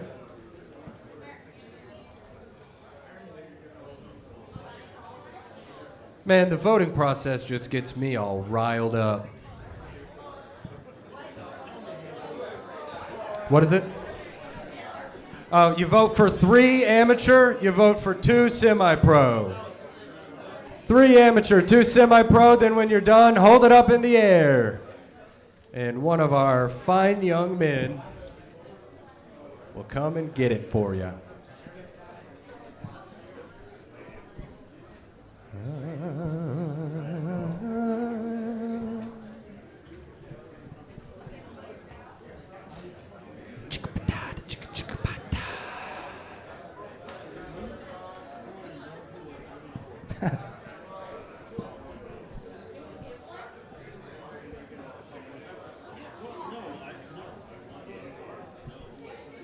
If you still have a vote, please hold your hand in the air. Thank you, Philip.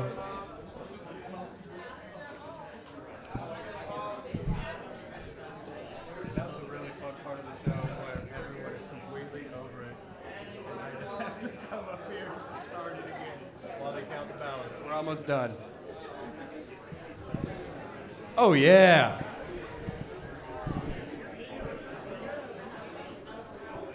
Oh, yeah.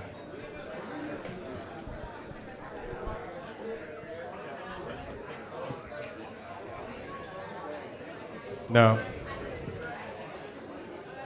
All right. Votes left at this time.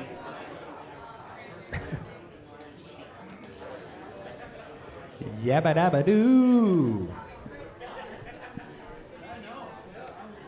Oh, hell yeah. Let's get this show started again, guys.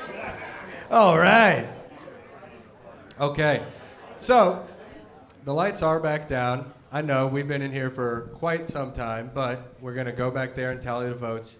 You guys are going to pay your checks, and we'll go on and get out of here. Thank you all for being here, man. I appreciate it. I'm not going to tell you to give it up for anything else, okay? I promise. You guys can just sit there, look at me,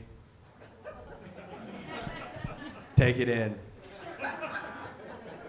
Hell yeah. Now, man, this is fun. Everybody who came, I was looking at the lineup. It's actually a pretty unique one. Not a ton of Cincinnatians. A lot of people drove here. We have, Chicago, Louisville, Lexington, Evansville, Indianapolis. It's pretty cool. So thank you to everybody who drove here. Driving is a big part of this job. Hell yeah, man. Yeah. Driving is a big part of the gig. I drive a ton. I drive all over the fucking place. I have mastered going to the bathroom while I drive. It's pretty cool. Some people use a water bottle or a Gatorade bottle, dude. Not me. I can do that shit in a fucking Capri Sun. With the straw in, baby. You already know it. I was on a 5-minute drive the other day and just for shits and giggles did it with a sugar-free Red Bull can. Just to prove to myself that I could, you know? Hit a pothole, circumcise myself again. Again! Again! Yeah. This is good. This is fun. Here's a fun story you guys will like. You guys are at, oh yeah, here's this. Talking about comedy competitions. They are pretty brutal. Because you come up here, you try, and then everyone definitively is like, nope, not you. You know, it hurts. I did a comedy competition last year, and I drove all the way to a town named Lagodi, Indiana. Shouldn't exist. I love small town America, but Lagodi, Indiana should not exist. And I went and I did a comedy competition, and I came in second place, which felt pretty good, except I lost to a guy who went by Stank Williams Jr. So that sucked. I was like, how long you been doing comedy? He's like, man, comedy's fucking gay, just tonight. You know, I was like, what? I was like, you're just a funny guy at the mechanic shop? Stank Williams Jr. I'd go and see that show. I went to a show, this is a funny story. This was a while back. My little cousin Natalie, she's a grown lady at the time, but at the time she was 13 years old. And her and all of her friends saved up a bunch of babysitting money, and they all bought tickets to go see Drake. And then they lied to all of their moms and said that they were going to go see Drake from the Nickelodeon show Drake and Josh. And they got away with it until the very end. And their parents still wanted to let them go, but they wanted someone to go with them. So I got to go. Natalie called me. I was stoked, right? My little baby cousin, first baby cousin, Natalie, trusted me enough to go with her friends. Plus, free Drake concert. Hell yeah, I'm in. I was like 24 at the time. It was cool. And I was excited until I pulled up to Riverbend and parked, and in the moment realized that I was about to go see Drake with 5 13-year-old girls. I walked in there looking like fucking Drake, dude. It was a bad look. Just cosplaying as the guy.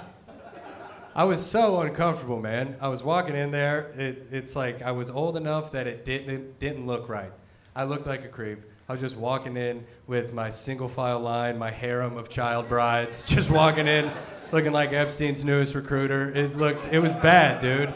They were all excited to see Drake. They were all dressed up in nothing. 5 13-year-old girls, all wearing G-shorts, maybe one pair of blue jeans between the 5 of them. They were scantily clad. So I'm walking in and I feel all awkward. And I see this little group of young boys, like middle school age boys, and they see Natalie and all of her friends. So naturally, they come up and want to start talking to them, but I'm on like my protector shit. So without thinking about how creepy I looked in the moment, the boys walked up and I just got in the middle and I go, easy fellas, they're with me. Bad and gross. And all the little boys were like, ugh, what? And I was like, no, it's not like that one. This one's my cousin. Fuck. That doesn't help. I'm their protector. No. Girls, get back to the van before I get in trouble, you know? I just kept digging myself a hole. And then we got down to our seats, and it was a dope concert. We were close. Music starts. I can feel every eye in the stadium on the back of my head. It looked very creepy. And I couldn't drink, right? I was in charge of all these young girls. I had to drive them home, right? But my fairy godmother next to me, her and her wife, snuck in a Ziploc baggie of joints. And, you know, I'm not drinking, but I'm not fucking staying sober either. So I'm like secretly hitting this weed and blowing it off in the distance so they don't see it. And sometimes when you get stoned, like, you get more paranoid about the situation, make things worse. Starts feeling all the eyeballs a little bit harder. But that wasn't the case this time. This time, I got a little stoned, chilled me out. Kind of lowered my shoulders a little bit.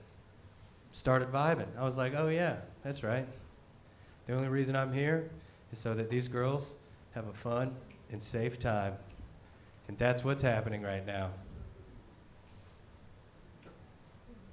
You ever gotten so high you realize you're not a pedophile? Ooh, it feels good. You're like, ah, damn, I've had a lot of fucked up thoughts, but never that one, dude. Hell yeah.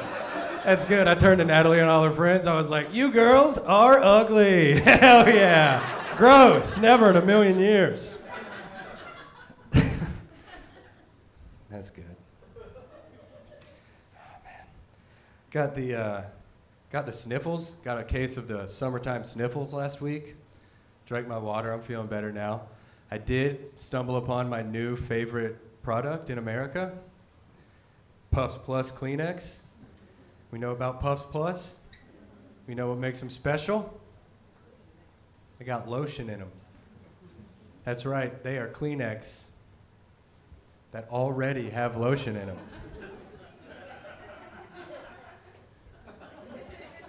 Pretty cool, but I invented that shit when I was 12 years old, so what the fuck? I deserve some money, I deserve some royalties. Young entrepreneur, what's next? Nike presents socks already filled with my young cum.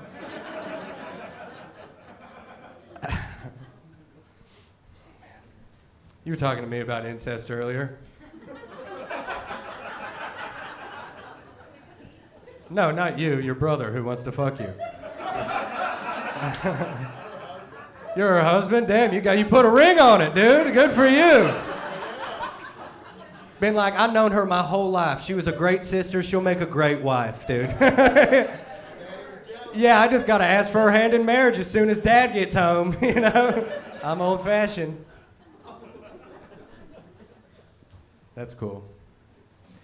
Everybody does point to Kentucky and they're like, cousin fucker. It's like, no. Incest happens everywhere. It does. It does. I think that we should stop making fun of it as much. Here's where the show gets weird. My only point is, like, the only kind of incest that gets made fun of is like this, what we're talking about, right? Like banjo incest. Like, it just seems like another way to make fun of poor people. Rich people commit incest too. It's way more gross when they do it. Those fuckers have options, you know? And like rich people, like the royal family, they commit incest because they think their bloodline is superior to the rest of the world. They don't want to mix it with the muggle blood. And they want to keep all the money and the power and the prestige and all that, you know? That's gross. At least hillbillies love each other. That's what I'm saying. Like these two, they're on a date on a Tuesday night. That's fucking beautiful, man. Did you guys meet on Ancestry.com or what? Farmers only. Touche, sir.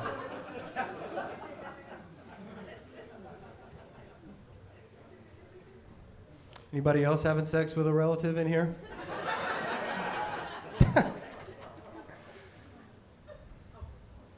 No, I have never done that.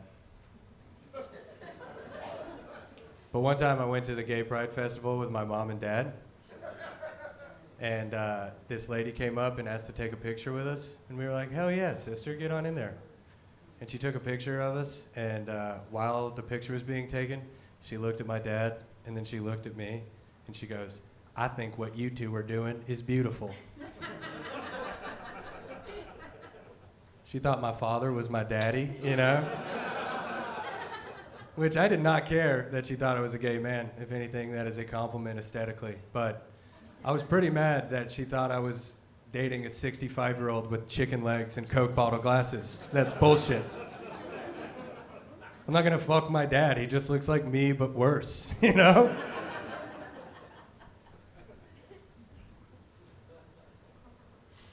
Yeah, it was fun, man. Gay Pride Festival. People are like, I grew up in Southern Kentucky, and people are like, you went to Gay Pride Festival every year? No shit.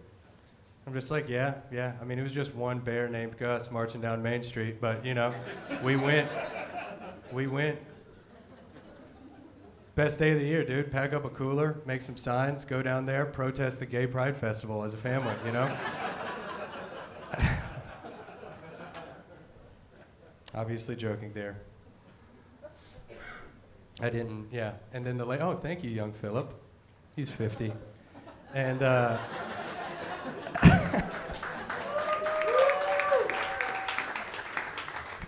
clapping for Phil being 50.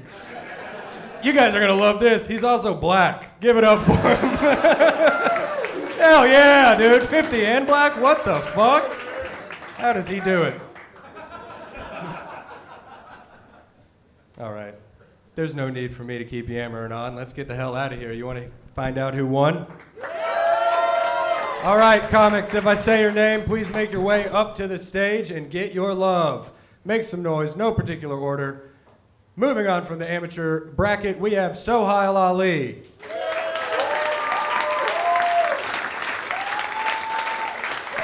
We've got Ivy Lavelle.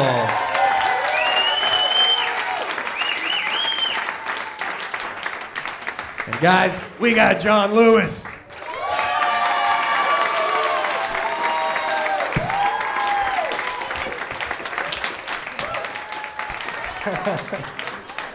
All right, good job, guys. All right, moving on in the semi-professional division. You guys can stay up here.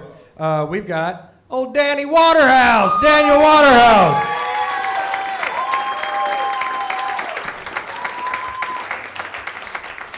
And the last comedian moving on for this first round here in the Funniest Person in Cincinnati contest is Greg Winston.